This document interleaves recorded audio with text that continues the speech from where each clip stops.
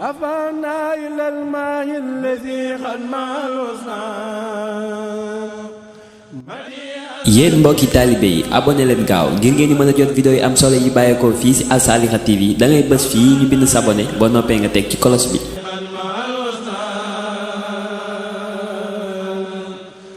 Al Saliha TV, une chaîne religieuse et culturelle au cœur du mouridisme.